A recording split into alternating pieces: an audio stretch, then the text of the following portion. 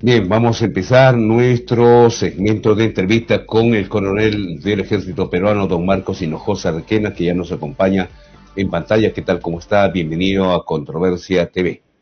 Buenos días, gusto saludarlos. ¿Qué tal? Bueno, ha causado pues mucha polémica y también, digamos, debería de haber generado todo un escándalo. Esto de que, esto que dijo Santibáñez en una conversación con el capitán Culebra, de que se ha utilizado el vehículo presidencial para facilitar la fuga de Cerrón.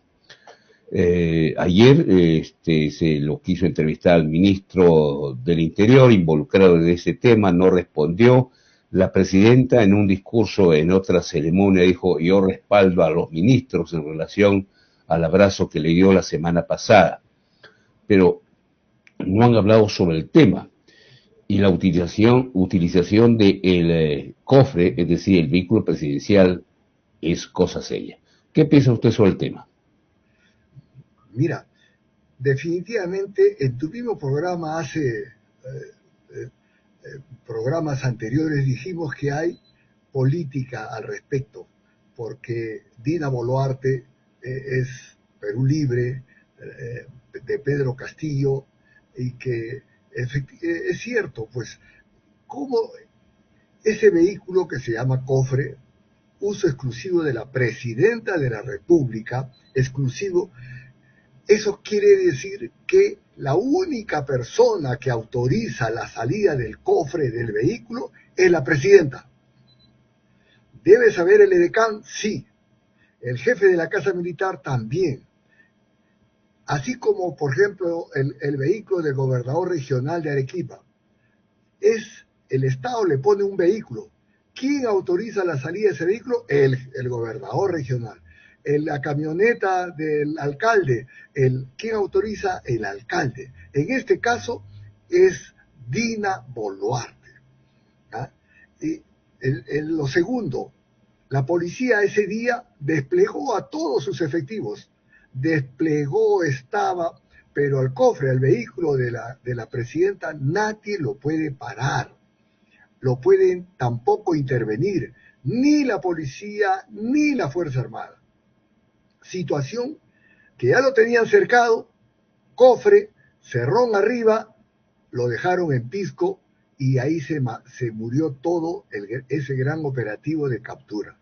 Y la tercera prueba es lo que el ministro del Interior conversaba con el popular Culebra, que es una culebra pero grandota, ¿ah? Y que comentaban ese detalle, ¿no? Y que él se valió de todo para asumir el Ministerio del Interior. Entonces, las pruebas están ahí. Pero ¿quién sabe, aparte del edecán, jefe de la Casa Militar y Dina Boluarte, el chofer? El chofer está registrado a la salida del palacio. El Ministerio Público, si quiere, puede llamar al chofer o abrir la investigación, porque él sabe a qué hora salió, a quién recogió y dónde lo llevó. A todo ello es lo que menciona la presidenta, ¿no? A palabras necias, oídos sordos. Entonces nosotros tenemos que hacer oídos sordos a todas las promesas y mentiras que ha dicho, ¿no?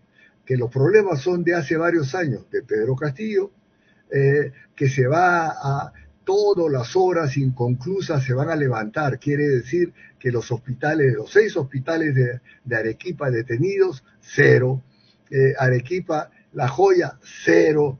Todo es mentira, palabras necias, oídos sordos. Y que está metida y que está enfrascada en este problema político de cuidar, de proteger a Cerrón, la presidenta, sí. La Portalatino, también. Y Perú Libre, y de igual manera. Entonces son claras los detalles y los que vemos en el ambiente, que Cerrón está protegido. ¿Por quién? Por la más alta esfera política del Estado peruano. Claro, sobre todo si habla en un párrafo, el mismo ministro, ¿no? Habla de que Cerrón está protegido por grandazos. Y cuando se habla de grandazos, ¿quién está después del ministro? Dina Boluarte. Antes Está del aquí más, ministro, Dina. Atienza. Así es, el premier y Dina Boluarte. Ah, está ahí está, es claro, es claro. ¿Ah? Y Cerrón por eso se permite, habla, manda mensajes, está en el aniversario. Es un escándalo este tipo. ¿Ah?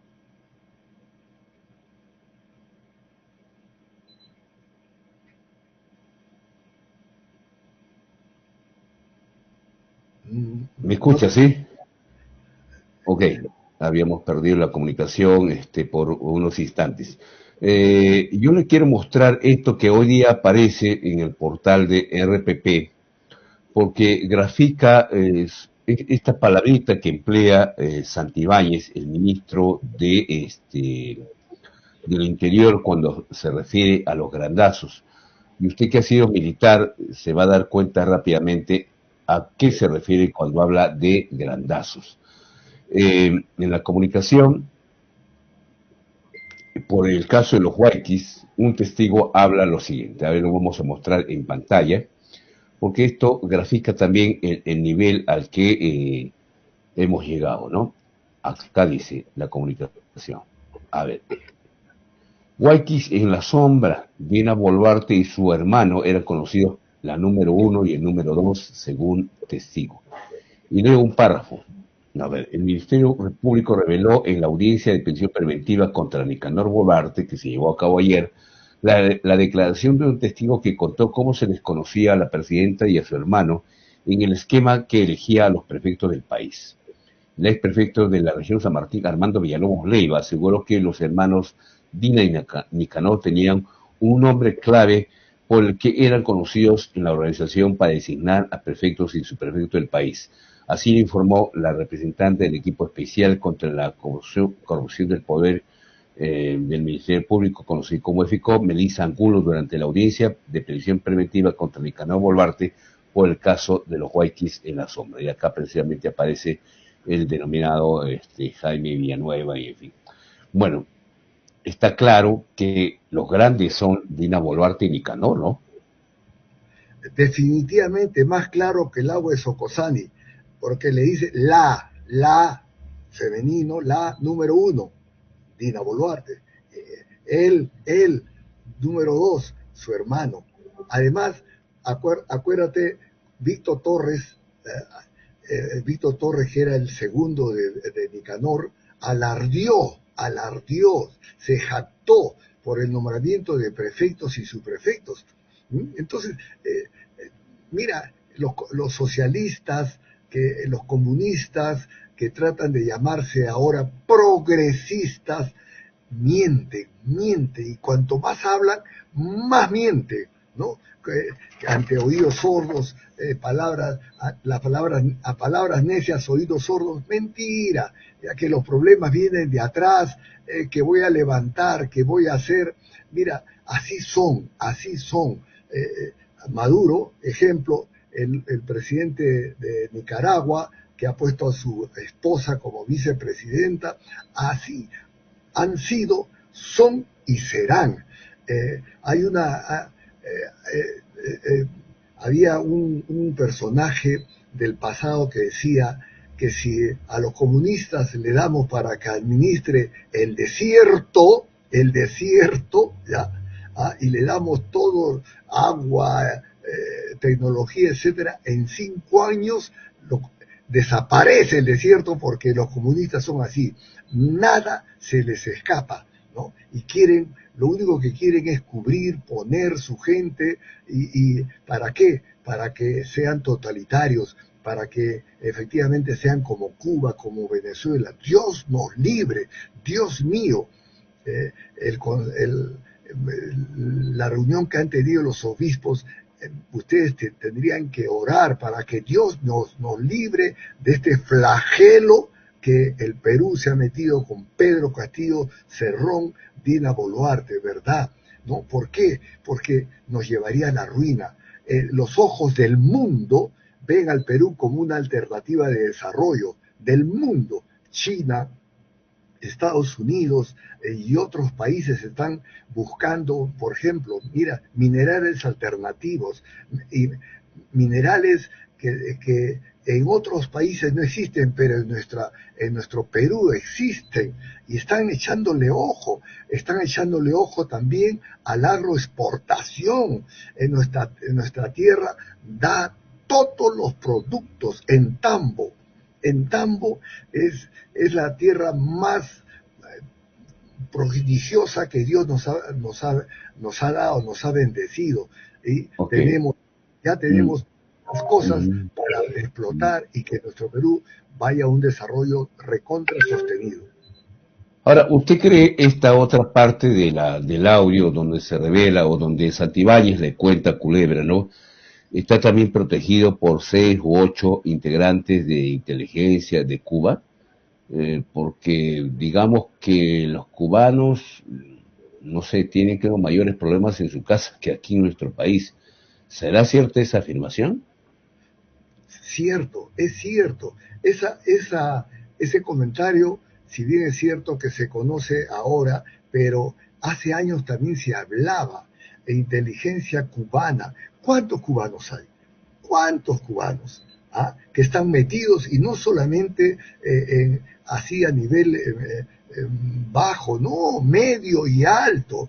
Y los cubanos han sido preparados en Rusia como inteligencia, y la inteligencia investigación, la inteligencia tecnología, la inteligencia acusación, y eso tiene que tener mucho cuidado la DINI, la Dirección de Inteligencia Nacional, porque ellos sí están ahí y están en todas partes. Quieren que el Perú pues sea como ellos, como los comunistas, como Cuba, como Venezuela, como Nicaragua, y nosotros no debemos dejarnos y tenemos que estar un paso adelante.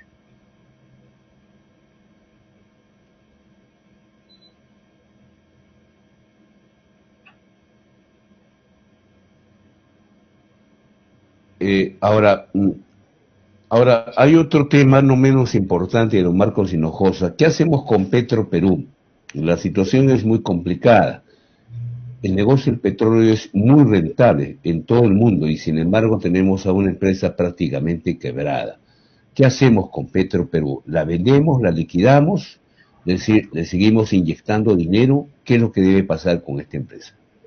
A Petro Perú se le ha inyectado más dinero a través de toda la historia que comenzó a trabajar Petro Perú por un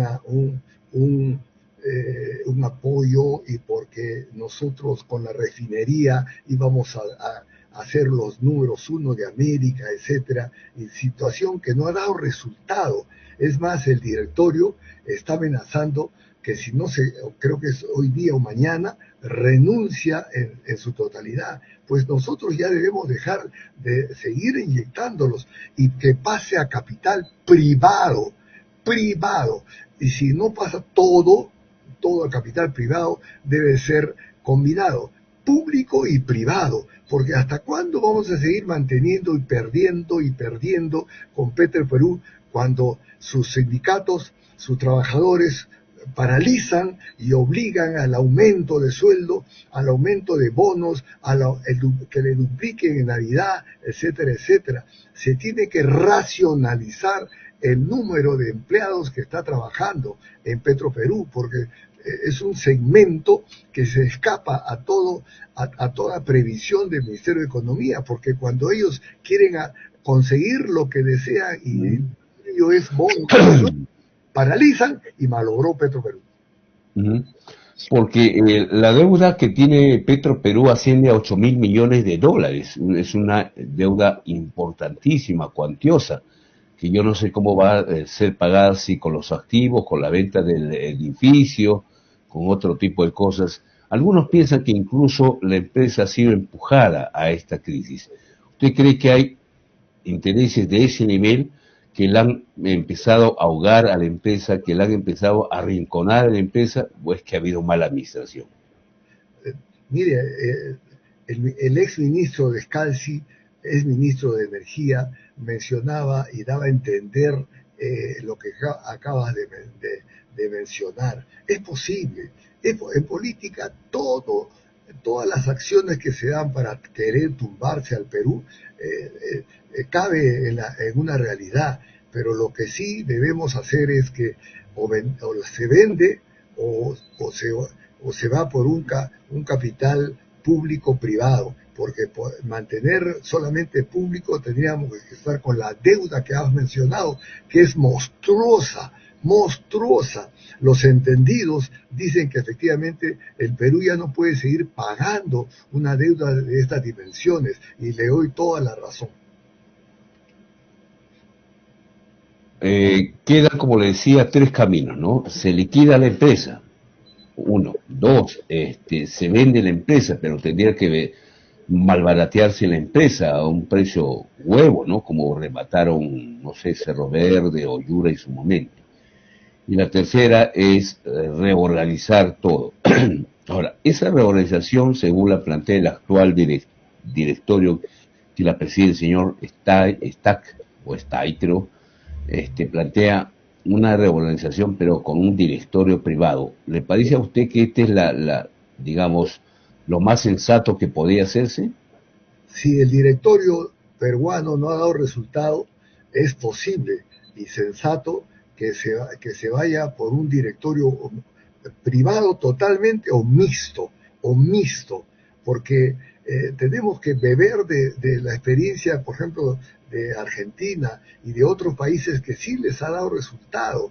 No podemos estar sacando dinero del Estado que no tiene mucho para estar ahí y mantener algo que produce pérdidas, solamente pérdidas. Ahí gastamos más de lo recaudado, más, recontra más. Por ello es que se tiene que tomar una decisión estratégica en relación a Petroperú. Que uno se preguntará, ¿y cómo es posible que una empresa de esta naturaleza, siendo la empresa estatal más grande que tiene el país, esté en esta crisis?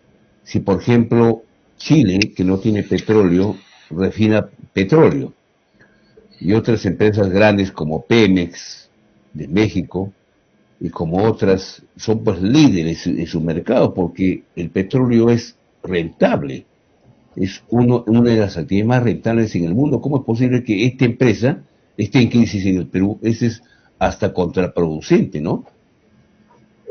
Eso demuestra que hemos sido malos administradores, demuestra que los personajes que pusieron ahí en esta administración, así como la refinería se reflotó, se gastó Campodónico y decía que íbamos a llegar a estar en la cúspide de la inversión en petróleo, en combustible más barato, etcétera. A la larga no dio resultado. Y cuando se le volvió a poner a Campodónico, renunció porque no se podía administrar.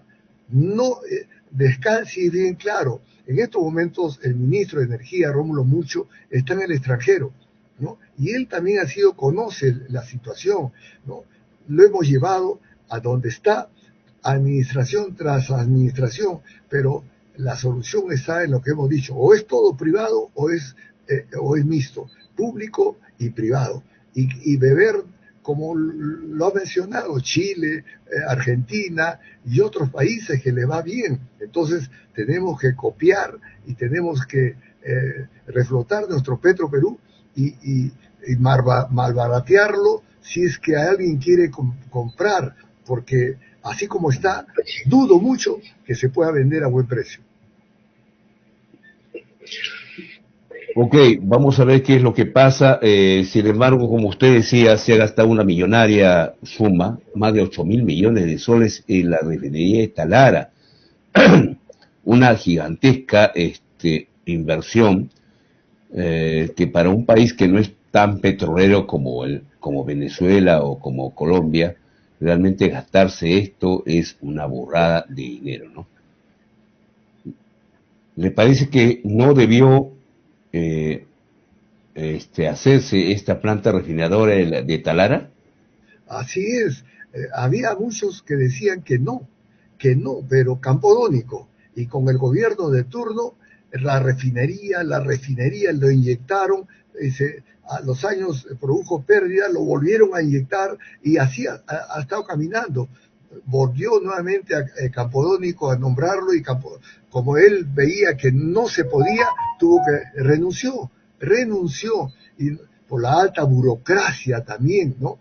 Baja eficiencia en la administración y la gran corrupción que había en esos momentos, ¿no?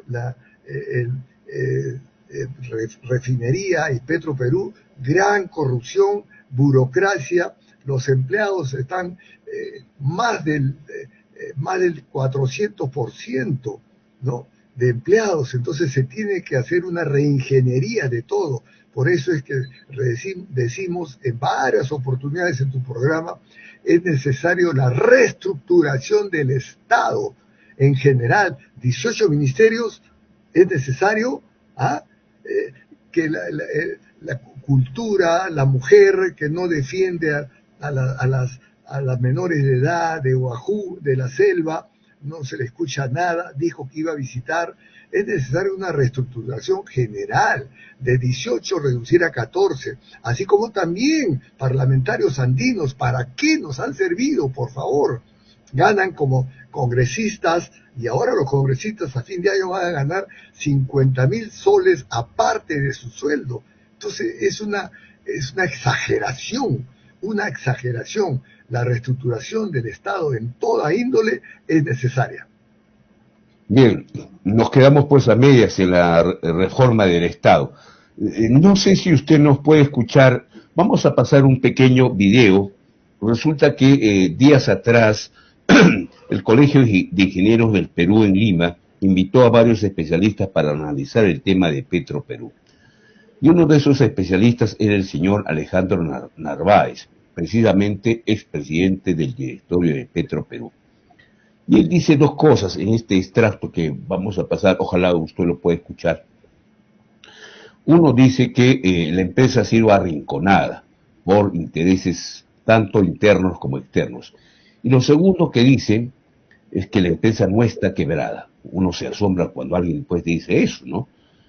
Y esto que dice Narváez se lo dice directamente a Roque Benavides. Recordemos que Roque Benavides es dueño de la minera Buenaventura, que también asistió a este foro. ¿Le parece si escuchamos un extracto de esto? Por favor. A ver, ojalá pueda usted escuchar el audio respectivo. Que se ha dicho en estos últimos días. Unos dicen que es obsoleta la política energética, otros dicen que no existe simplemente. Coincido con Aurelio, que no existe una política energética en nuestro país, por lo tanto estamos en nada. El Perú, es el país donde menos se discute el tema energético, el tema de transición energética. Y los datos sueltos por ahí, las redes sociales dicen que actualmente las energías renovables están en unos 6%. Y se proyecta al año 2030 un incremento al 20%. ¿Y eso qué es? Paso que vamos, esto es una quimera. Sin duda, una quimera. Así que son los retos que tenemos en este momento. Y aquí muestro... Muchas gracias, Alejandro. Bueno, pues si tengo la oportunidad luego, pues hablaremos de la cifra de Petroperú. Perfecto, gracias. Muchísimas gracias, Alejandro, por tu participación. Puedes dejar de compartir la pantalla, por favor. ¿Tienes tu micro apagado, Alejandro? Verifica. Te escuchamos. Decía, desmiento categóricamente de aquellas personas, de aquellos analistas, de aquellos comentaristas, incluso de los propios miembros del director de Petroperú, decir que la empresa está quebrada. No está quebrada. Y seguramente me darán muchísima la razón todos los que estamos aquí, y sobre todo Roque, que está ligado al mundo empresarial, cuándo una empresa está quebrada y cuándo no. Cuándo es una quiebra técnica y cuándo es una quiebra definitiva. Aquí son las cifras muy simples. Tomemos los datos siempre de la empresa. No hagamos, digamos, juicios de valor sin tener datos, sin tener fuentes claras. Petroperú tiene efectivamente un capital de trabajo negativo de 2.820 millones de dólares, pero eso es manejable. ¿Por qué ese monto tan alto? Porque si ha pasado a corto plazo un préstamo de 750 millones de dólares que dio el Estado. Eso perfectamente se puede hacer, se puede pasar a capitalizarlo o en su defecto podemos diferir la devolución de ese dinero. Segundo tema, deuda a largo plazo es lo que tienen ustedes aquí. 3.958 millones. Estados financieros vigentes al 31 de marzo de este año. 3.958 millones de dólares de deuda a largo plazo a 15 y a 30 años. Por lo tanto, eso no forma parte del capital de trabajo. Tercer dato, el patrimonio de la empresa está en este momento 1.645 millones de dólares positivo, patrimonio neto positivo. Se dice, es el ABC del management. Eso es de manual. Cuando una empresa está con patrimonio neto negativo, esa empresa está quebrada. Yo conozco muchas empresas en el sector minero, algunas empresas que incluso trabajan con capital de trabajo, mejor dicho, un patrimonio neto negativo. Así que no pueden mentir de esa manera. Yo creo, ¿cuál es la intención de decir algo que no es cierto? Ustedes sacarán sus propias conclusiones. Activo fijo de Petroperú en este momento está en 7.343 millones al 31 de marzo de este año. A la fecha, 7.261 millones de dólares de activo fijo, propiedades, plantas, etcétera, etcétera. La pérdida acumulada, 854 millones. Proyectado para este año, 313 millones. Datos oficiales aprobados por la Gerencia General actual de Petroperú. Esto dice claramente de que la empresa no está en quiebra. Entonces, cuando se lanza ese discurso, esa idea de que Petroperú está quebrada, es que no vale nada, y que es negativo, es un desastre, está en la catástrofe. Mentira. Pareciera ser que la gente que hace estas declaraciones cree que todo el mundo es ignorante. Cree que todo el mundo no conoce los datos de la empresa. Felizmente. Bien, don Marcos Hinojosa, eso es lo que dijo Alejandro Narváez, expresidente del directorio de Petroperú, y en este foro que realizó el Colegio de Ingenieros hace pocos días. Uno se asombra, ¿no?, cuando el señor Narváez dice, no está quebrada la empresa, nos están falseando los datos. Yo no sé, ¿cuál es su opinión? Pues mira, Narváez como integrante del directorio presidente conoce los datos que ha presentado. En activos fijos 7.348 millones, efectivamente tiene ahí un activo. Es posible que lo quieran quebrar a propósito para arrinconarlo y obligarlo a rematar. Lo que está diciendo Narváez, a quien se le está sugiriendo al Premier que lo ponga a ver a él, que lo ponga en el directorio como presidente, que regrese a ver si es cierto que todo lo que dice, ¿no? Porque tampoco hemos apostado por una energía alternativa, y eso es cierto, ¿no? El gas, estamos hablando de todo lo que China, por ejemplo, tiene vehículos eléctricos a doquier y no sabe dónde ponerlos, ¿ya? Por eso esas energías alternativas nosotros no hemos apostado. Y Narváez, con datos que conoce él, y decir que está quebrada no es cierto. Dice que puede haber una situación técnica, sí puede ser, pero que puede reflotarse con un préstamo que menciona la cantidad 380, él dice que sí. Entonces hay que ponerlo, que apostar por él, que dice que sí se puede. Vamos a ver, pues, porque destruirlo, malbaratearlo, rematarlo, así como pretenden muchos, y ahí drásticamente lo menciona Rodríguez, ¿no?, el dueño de la mina, y su grupo, que quieren hacer ese detalle. Es preocupante. Ojalá el gobierno, el ejecutivo, escuche y lo regrese a Narváez ahí, que demuestre y que le dé un plazo hasta tal fecha. Si no, entonces tendríamos que optar por otra alternativa que permita que efectivamente que el Perú salga de este gran escollo.